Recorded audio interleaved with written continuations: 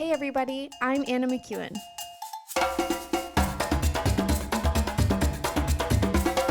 And now for Bob Switzer with the epic narrative. Hey everybody, good morning. I'm going to say good morning. It is currently morning at the time of this recording. You might hear it in my throat a little bit. This is a earlier than usual, not early in the morning for me anyways. I've been up for a few hours, but earlier than usual to be sorry, talking all the time. So, and the dogs are barking next door. I don't know if you can hear that. These dogs are barking. That usually refers to people's feet, doesn't it? I wonder why that phrase come from. I'm gonna have to look that up. How did that phrase get connected to feet? Enough about me and my ponderings. On with the show. I know Bob was getting nervous that we were gonna do some weird twists and turns about feet and toes and all that. Toes are you gotta stop. They are fascinating though, right? I mean, you've looked at people's toes, like there's times that, you know, I like to keep my nails cut. My feet are not pretty, trust me, but I do try to keep my nails trimmed. Always have. But man, you know, down here in Florida, we go walking around. There are people wearing flip-flops, and I think, oh my gosh, like, seriously, bro, cut your nails. Are you looking at this? Of course, they could be water polo people. I know of water polo athletes who purposely grow their toenails long as a defense system, but that's another. Please, yes, all right, we'll move on. To Deuteronomy chapter 21. We are now on episode 42, everyone. Crazy how much fun we're having. So I'm going to read for you the first 9 verses. Basically, they have to do with finding a dead body. If someone is found slain, lying in a field in the land that the Lord your God has given you to possess, and it is not known who the killer was, your elders and judges shall go out and measure the distance from the body to the neighboring towns, and the elders of the town nearest the body shall take a heifer that has never been worked and has never worn a yoke and lead it down the valley. Anyways, they have basically the elders of the closest town to the murdered body, to the dead body, they're responsible for it. And part of that is bringing an offering and all the various rules around that. So, but I just think it's interesting. What I find interesting, and you guys would find other things interesting because you guys are awesome and you read the Bible, and some of you actually have reached out and you've said, you know, I listen to your podcast and then it makes me want to read the passages or, you know, familiarize myself again with those, with whatever it is you're talking about. And I think that's awesome. Like, that to me is a great thing to have motivated people to go do. So here in this passage, basically, I think it's interesting that Moses is just reminding the people, hey, dead people are going to show up. Like murdered people are going to show up. You're not going to know who did it. Somebody's going to get killed out in the field, and they're going to be left there. I'm sure the murderer's thinking the animals will come and eat them. You know, hyenas, tigers, cougars. They have cougars? Lions. Whatever. Buzzards, carrion birds. What do they call them? I always call them buzzards. There's another word for them. Anyways, but for whatever reason, the dead body isn't there and it's found, or isn't eaten, so it's found, and people are like, okay, who's responsible? The elders from the nearest town are responsible. And the reason why they're responsible, the thing that the sacrifice is for, is this. The wages of sin is death. Death occurs because of sin, and its elders are responsible to clean up the body. They're responsible for making an offering on behalf of the tribe, and they have to take responsibility to clear up the culture of murder in their village, in their town. It's not that they're responsible to come up with rules. Don't kill everyone. That's already a rule. Do not murder is a rule. They're not supposed to murder. Everybody knows this. It's one of those things where Moses is reminding the leaders, if the culture is falling apart, it's your fault. Or not necessarily your fault. It's your responsibility to bring a life-giving message back to the people. Somehow, life has been devalued to the point where somebody has become either so selfish or so self-oriented that they believed their best answer to the problem was to murder someone. I find it fascinating in that there are many in leadership of various villages, towns, cities, and states and nations. And we'll just keep it here to where I'm from in the United States, but it could be anywhere where murder occurs and they don't take responsibility. What they look to do, what leadership tends to do, is come up with more rules, more confinement, more restriction, take away more freedoms. Here in America, currently, like the big thing is, well, if somebody got murdered, we should take away all the guns. And yet you look at, the nations around the world that have theoretically taken all the guns from law-abiding citizens, and there's still a high murder rate because criminals have guns. It's one of those things where it involves a lot of conversation. Sorry, I don't want to turn this into a political or I just find it. This is what I pulled out of it when I read those passages, read those scriptures. That there was a responsibility that Moses was putting on the elders of the nearest town that said, your culture needs to be adjusted because somebody thinks that murder is okay. Somebody thinks that this is an answer. This is a solution.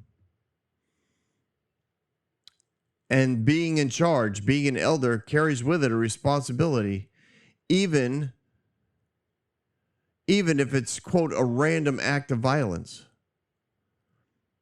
You have a responsibility. You can't pass the blame. You can't say, well, clearly this wasn't done by one of us. None of our people, no, you take responsibility.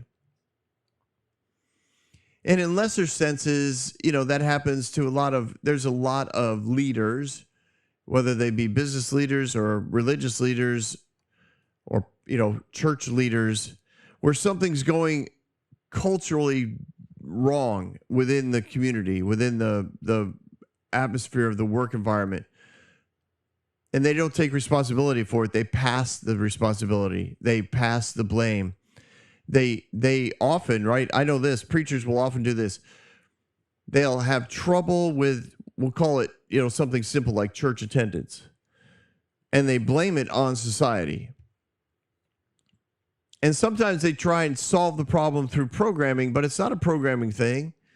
Programming can help, but eventually it runs out of the juice, because if you bring people in with programming, then you only keep them with programming, which means you have to constantly bring in new programming. But if the culture needs to be shifted, that's a leader's responsibility. You can't pass it off to culture. You can't say, well, the world is so into their social media that they don't come to church anymore. No, this is a leader's issue. And you need to take responsibility. Not that no one else shares responsibility, but if you're in leadership, you have a role in solution, not in confining people, not in beating them up, not in shaming people, not in manipulating behavior. A leader has a responsibility to lead. There. You done preaching? Yes, Bob, I'm done preaching. Oh, and then we go to verse 10, which is another like it's one of those passages where it's like, wait, what? So when you go to war against your enemy and the Lord your God delivers them into your hands and you take captives. And again, remember the word when doesn't mean that you're going to be at war all the time, which is what a lot of people take it to mean. It just means occasionally you're going to have to go to battle because people will come to war against you. If you notice among the captives a beautiful woman and you are attracted to her, you may take her as your wife, bring her into your home, have her shave her head, trim her nails. I wonder if it's toenails. Anyway, sorry. Put aside the clothes she was wearing when captured, and after she has lived in your house and mourned her father and mother for a full month, you may go to her and be her husband, and she can be your wife. If you are not pleased with her, let her go wherever she wishes. You must not sell her or treat her as a slave, since you have dishonored her.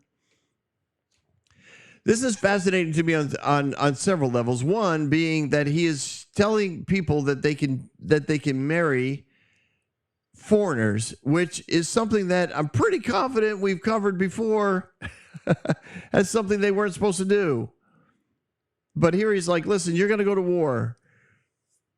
You're going to go to war. You're going to go to battle. And you may see a beautiful woman. Now, this goes to some of the culture of the war in that time period, right? There was different ways to approach war. Many times it was just a siege, and during a siege, basically very few people would really, in essence, die in battle. There was, pot shots taken from the walls, or there was, occasionally things thrown over the wall. There were threats made. There might be some one-on-one battles that were done, but generally speaking, the siege was designed to starve your enemy out, dehydrate them, get them to a place where they eventually give in.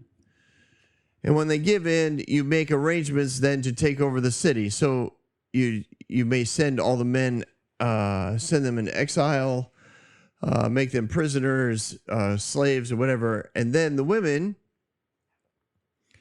some of them would run, some of them would hide, and some would say, well, my best chance of survival is to dress provocatively and try and capture one of their attention so that they take me as a wife, not as a slave. And that's all gathered through the phrase. I mean, not just this phrase, but the phrase that says, have her shave her head, trim her nails, and get out of her clothes. Basically, is that those are the things that they would enhance in order to look attractive. They would do their hair up, they would do their nails up. What has changed, right? And they would wear a provocative piece of clothing. Nothing has changed. If a woman wants to be attractive, those are the things she does: hair, nails, clothes. And I don't know what was sexy and provocative back in the medieval days, the Middle Eastern lives of the Hebrews and the Canaanite women. Some say that they all ran around topless. I have my doubts about that, but I don't doubt that they might have wore something that was showy, whatever it was. I find it fascinating that Moses is saying, listen, this could happen to you. So if it does, take the woman home with you. Have her dress appropriately. Shave her head, that's to me a little dramatic. But anyways, it doesn't necessarily mean like bald. It could it can also mean you take any ability of it to be like flowy and braided. Braids were really amazing. They also called it plaiting, the plaiting of hair. They could, and they do it now. You can look it up. Basically, braids are so tight that they actually form shapes of on the people's heads. Some of them like form these things that look like big sun hats, and they're gorgeous. They're huge, and you think, oh my gosh, that's all hair. Anyways, take away the ability to make the hair attractive, shave her head, cut her nails, put on something less provocative, and have her spend a month mourning her family. In other words, don't marry her, don't have sex with her, leave her alone, let her mourn her family, because odds are you've killed the dad, or at least send him in exile or a prisoner. The mom might have been taken as a slave, but now this girl is going to be your wife. So give her a month, honor her parents, which is part of the culture of heaven. And after a month,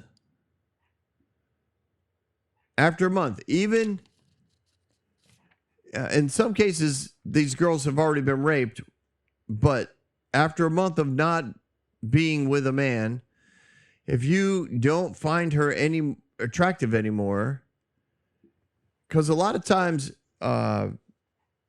people going to war, there's a lot of, shall we say, chemical imbalances that go on because you're super jacked about battle. Your testosterone is flowing. Your adrenal gland is, emptied. Your body is on fire.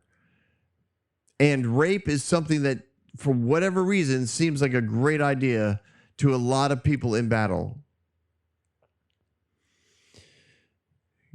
Moses is saying, take a month and don't do anything, and see if you still find her attractive. And if you don't, then release her. Do not sell her. Don't turn her into a sex slave. Don't turn her into a slave for someone else. Don't make money off of this. You took her. You dishonored her by telling everyone you were going to marry her, and now you won't. So send her away. Provide for her and send her away. Or she may become your wife, and over time, she may even be in love with you as a husband. That to me is a fascinating little passage, just because of all that gets contained in that, with that idea of battle and all of that. So we'll move on. Verses 15 to 17, it basically talks about if you have more than one wife, which evidently was a thing. It wasn't recommended, but Moses is saying, listen, usually if you have more than one wife, you're going to favor one over the other. And if they both have borne you sons, you have two firstborn sons. You can't play favorites. Interesting concept, right? Coming from the story of Abraham, where he had two wives and he definitely played favorites. And even though his second favorite, Leah, had multiple sons, once Rachel had a son, it was over. It did not matter. All the other sons were second rate. Moses, I think, is drawing from that story and saying, listen, the right principle to work off of is this. If you have more than one wife and you have more than one firstborn son, you must treat them equally. Don't play favorites. Then he flows from that into other expectations regarding kids. And this looks really harsh, a rebellious son, right? If someone has a stubborn and rebellious son who does not obey his mother and father and will not listen to them when they discipline him, his father and mother shall take a hold of him, bring him to the elders of the gate of the town. They shall say to the elders, this son of ours is stubborn and rebellious. He will not obey us. He is a glutton and a drunkard. Then all the men of the town are to stone him to death. You must purge the evil from among you. All of Israel will hear of it and be afraid. Well, yeah, that's like, holy cow. He's a drunkard and a glutton. How old is this kid?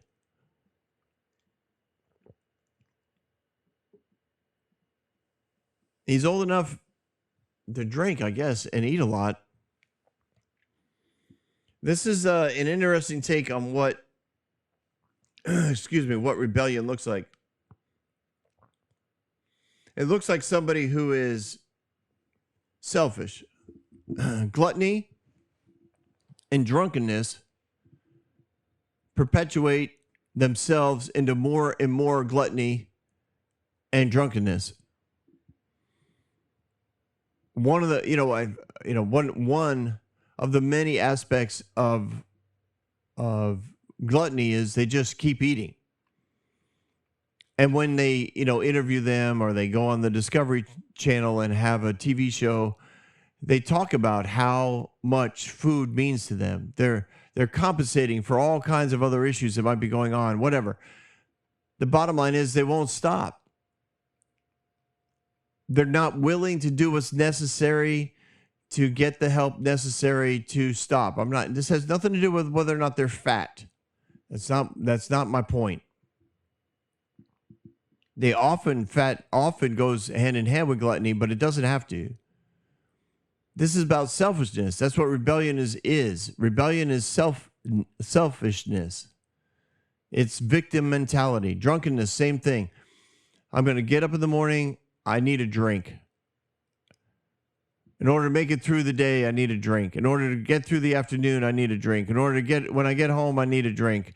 In order to enjoy the family, I need several drinks. In order to watch TV, I need a drink in my hand. In order to relax at night, I need another drink. In order to fall asleep, like your whole world becomes, how do I possess the next drink? How can I obtain the next drink? Until you get to a point where you start losing, all motivation goes out the window. As is true for just about any addiction. Eventually your drive, your motivation for life and perpetuation of self, reaching out to others. That's what I want to say. All of that just continuously disappears until eventually all you can do is think about whatever that thing is that you're addicted to. And gluttony and drunkenness are mentioned here. And if all you've done, if you've continuously tried to help your child not fall down that path, and they continually go down that path, they continue to fall into this addiction, and they've lost all motivation, and they've become rebellious, they've become, demanding, angry, violent, take them to the elders and have them stone them to death. And I laugh because of the way it's written, but this is what Moses is trying to say, right? The wages of sin is death. And I believe from Moses' perspective, he's like, listen, if there's no hope, if the addiction is so acute, then put the person out of their misery and kill them, because it's going to lead to death anyways. I don't think that came from God. As you guys know, we talked about it before. But it is harsh. And I think it's written as a deterrent. I mean, it's in a lot of ways it's true. The wages of sin is death. Like if you get involved in those things, you'll die. And they shouldn't be treated flippantly. You should not be facilitating these sort of things. And you shouldn't pacify them by saying, that somehow dragging God into it, which a lot of people do. God made me this way. I hear from people who talk about, well, I really believe God's okay with this. Listen, if it's filled with selfishness, God's not okay with it. That's what I think Moses is getting at here. Don't try and make God okay with your selfishness. It's the exact opposite of the kingdom. The kingdom is selflessness and love and health and freedom, and you're overwhelmed with an addiction, which will eventually kill you. All right, next chapter. Verse 1, if you see a fellow Israelite's ox or sheep straying, do not ignore it, but be sure to take it back to its owner. And if they do not live near to you, or you do not know who owns it, take it home with you and keep it until they come looking for it. Then give it back.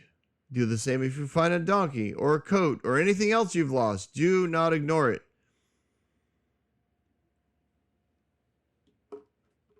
This is an interesting thing, just because in the world of slavery, if someone lost something, you ignored it. And remember, Moses is still trying to get Egypt out of these guys. Some of these guys were alive in Egypt. They're older now. They're, over 60, but he's like, don't ignore your neighbor. Don't look at it and say, well, not my monkey, not my circus, or not my circus, not my monkey. What's that saying? Either way, it works. You can't look at something somebody's lost and be like, I don't know whose that is. Oh, well. He's like, even if you don't know whose it is, secure it, bring it home, and wait for somebody to come by who's looking for it. And then give it to them. Don't sell it back to them. Don't try and take a reward for it. Treat people with respect and with honor. Treat them like family. Now, another little interesting bit after we talk about that. In verse 5, a woman must not wear men's clothing, nor a man woman's clothing, for the Lord your God detests anyone who does this. What? I mean, because then the next verse is, if you come across a bird's nest in the road, either in a tree or on the ground, and the mother is sitting on the young or on the eggs, do not take the mother with the young. You may take the young, but be sure to let the mother go, so that it will go well with you and you will live a long life. When you build a new house, make a parapet around your roof, so that you may not bring the guilt of bloodshed into your house if someone falls from your roof. Anyways, like it just seems like a random verse. Hey, men don't wear women's clothing and women don't wear men's clothing. Why is that there? Now I know people get fired up. They read that in the pure English and they're like, see, any cross-dressing is an abomination to the Lord. Well, as usual, if you dig into that verse a little bit, you lose that kind of emphasis, because what was going on here? These were ways that people would avoid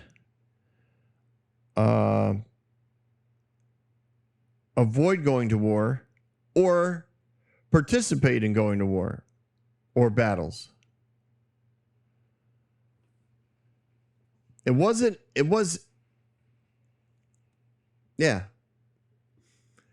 Battle's coming up. Kid really doesn't want to go. He dressed like a girl. Battle's coming up. A daughter really wants to fight for the family and the tribe. Puts on boys' clothing. Either way, what's being accomplished here is deception. This is what Moses is talking about. Don't deceive. Trust God with what's going to happen. If you really want to go to battle, don't dress like a boy in order to do it. If you really want to avoid battle, don't dress like a girl in order to avoid it. Trust God with the outcome. And the phrasing here is actually about excessive cross-dressing. So that opens up a whole can of worms, I know. I hope you enjoy those worms. Go fishing with them.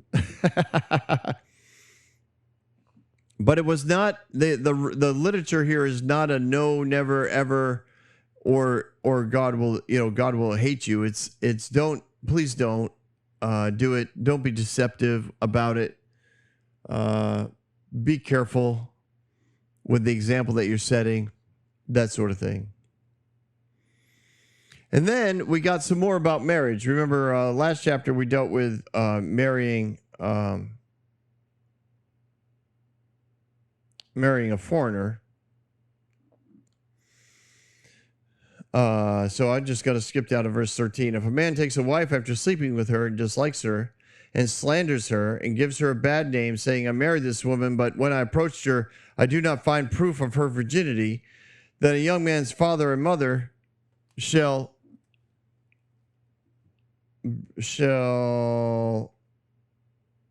bring to the town elders at the gate proof that she was a virgin. Her father will say to the elders, I gave my daughter in marriage to this man, but he dislikes her. Now he has slandered her and said, I did not find your daughter to be a virgin, but here is proof of my daughter's virginity. Then her parents shall display the cloth before the elders of the town, and the elders shall take the man and punish him. They shall fine him. She shall continue to be his wife. He must not divorce her as long as he lives. If, however, the charge is true and no proof of the woman's virginity can be found, she shall be brought to the door of her father's house, and there the men of her town shall stone her to death. She has done an outrageous thing in Israel by being promiscuous while in her father's house. You must purge this evil from your house. Okay, anyways, then he goes on about more sexual sin. If a man's found sleeping with another man's wife, put both the man who slept with her and the woman must die. Purge evil from the Israel. If a man happens to meet in a town a virgin pledged to be married and he sleeps with her, you shall take both of them to the gate and stone him, for he violated another man's wife. If you're out of the country and the man happens to meet a young woman pledged to be married and rapes her, only the man who has done this shall die. That's an amazing thing, right? I like that. Do nothing to the woman. She did not do anything deserving of death. The man found a young woman out of the country, and she is betrothed. The woman screamed, and there is no one to rescue her. If a man happens to meet a virgin who is not pledged to be married, and he rapes her, and they discovered, he shall pay her father 50 shekels of silver. He must marry the young woman, for he violated her, and he can never divorce her as long as he lives. A man is not to marry his father's wife. He must not dishonor his father's bed. There was all kinds of cultural norms that Hebrews were used to, and Moses is trying to help them see it's not the ways of the kingdom. And when he says things, it is deserving of death. Again, it's that concept that the wages of sin is death. This person sinned. Dying is not wrong. It is the end result of their choices. And if you know, I think he's saying, I recommend you stone him right away. What he did is deserving of death. But basically, he's like, basically betrothal and engagements are as powerful of a commitment as marriage is. It holds all the value of commitment that marriage does, just does not involve the sexual activity. And the proof of virginity is it's Bob's like, please don't go deep. I know. Okay.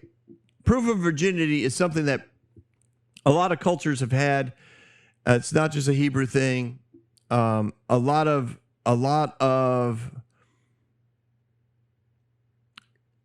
cultures used it, and that was the marriage bed, either a sheet, the entire sheet, or a specifically sized sheet would be placed under the woman, and the first time she was with a man would be on that, so that when she bled, it would be caught. And that's the evidence. That's what they're talking about. The father and mother bring to the elders. They bring evidence that she was a virgin when they got married. Often that same act, that initial act, would be witnessed, sometimes by both fathers, sometimes by both parents, sometimes by religious leaders, like depending on the culture you're in. Sometimes in crazy world, like the bed was brought into the banquet hall, and it was covered with drapes, but that's where it happened. And then the sheet would be hung up over the bedpost on the outside, so everyone knew, hey, she was a virgin and we did it. Now, I know there's a lot of weirdness in what I just said, but that was considered culturally norm. And it was the only way that they could prove it. And they would have to, because men would marry, a young girl who was a virgin, and then 2-3 years later they'd fall in love with someone else, and they would badmouth the girl. And they would say, well, she wasn't a virgin when we got married, and, she's been dishonest, and da-da-da-da. And the parents would say, no, she was. And here's the proof. In which case, now the guy's in big trouble. And then you go, I read you the whole thing. Like, it's a weird list, but if you rape somebody, you kill the man. He's deserving of death. Again, wages of sin is death. If two people sleep with each other who aren't married with one another, they're both responsible. If you sleep with somebody else's wife and you don't rape her, you're both responsible. It's fascinating how Moses broke this down for people to interact with. And I leave it with you. I mean, in our culture today, I think that generally speaking, you have an expectation of monogamy, but it is hard pressed to stay that way. Most people believe that you marry somebody until you don't like them anymore, and then you move on to someone else. Or they have an expectation that, everybody has an affair. I mean, I literally, I've had people say that. Well, what am I going to do? It happens. Everybody kind of does it. She had her fling. He had her fling. We still love each other. We're still together. It's like, whoa. Like no responsibility is given to the person who committed the sin, the crime. And then there's those that have an expectation of things like porn, which to me is another form of cheating on your spouse. And again, society generally preaches and teaches, hey, everybody does it. It's not a big deal. Don't worry about it. You shouldn't feel bad if your spouse is into it. It's okay. It probably makes them a better lover. Like, wow, we've got stuff to work through as a culture. I don't think we're all bringing heaven yet, but we're getting there, and we're getting there slowly but surely. Here on the Epic Narrative, we are going to continue to work our way through these things. I think this stuff brings up great opportunity for conversation, even if it's self-conversation. Where do you stand? Where did you stand? Do you want to change anything? It's just fascinating. Where's a good God in all of this? I hope you enjoyed our conversation today. I look forward to having more with you next week on The Epic Narrative. Don't go anywhere. We've got Bob Thoughts. I certainly hope you enjoyed this week's episode of The Epic Narrative. I enjoyed it too. It's true, I did. It's weird. I don't know. Is it weird that I enjoy my own podcast? I don't think that's weird, right? I should enjoy my own podcast. I probably, if I don't enjoy it, I probably would just stop doing it. But I do enjoy it, and like I've said many times, this has been a really good season in the overall narrative, even though it's not necessarily a great story book, a group of books to tell a story. It does give us those principles through which most of the other stories, we understand how the characters are trying to process life, or at least get into alignment with. So anyways, I appreciate you guys being here. I had a good time. We got a few more weeks left and we'll be done. And then we'll probably take a couple weeks off and get cranking again with season 5. And as you know, season 6, we're really trying to do a lot with, because it'll be a reboot of season 1. I'm excited for that.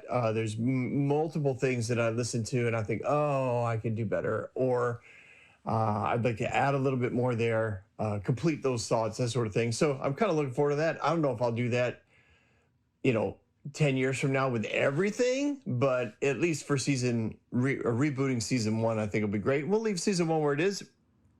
It is what it is. I'm not, a lot of people love it, and I love it too. I'm going to get to do it again. And we will have some opportunities for people on Patreon to connect with us on a weekly basis, where we will,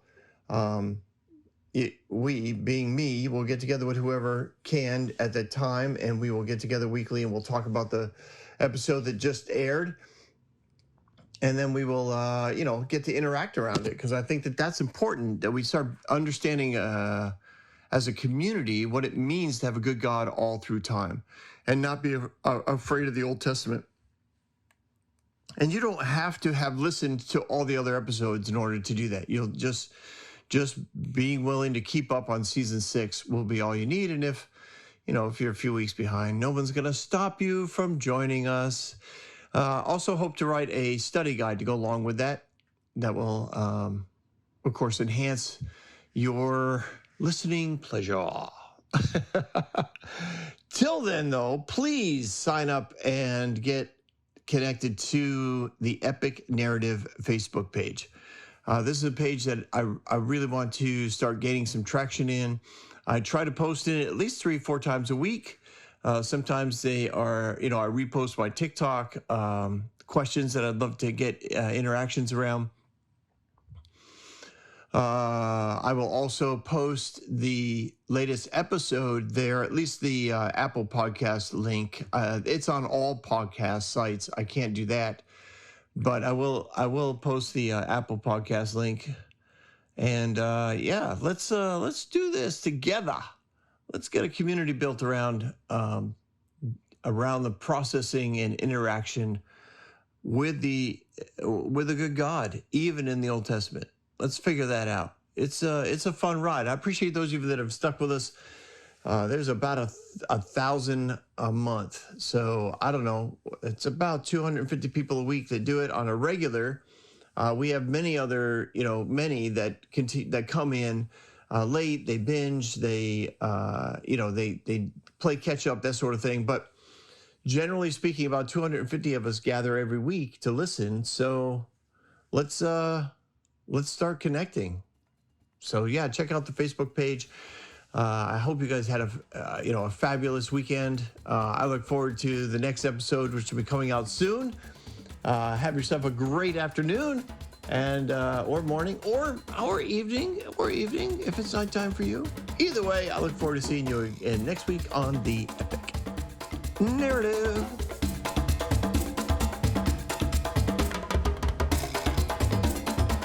Hey everyone, thanks for listening. If you like what you heard, you can subscribe to this podcast on any platform you use. You can also reach out to Bob for questions or booking at thebobswitzer.com or email him at thebobswitzer@gmail.com. See you next week, guys.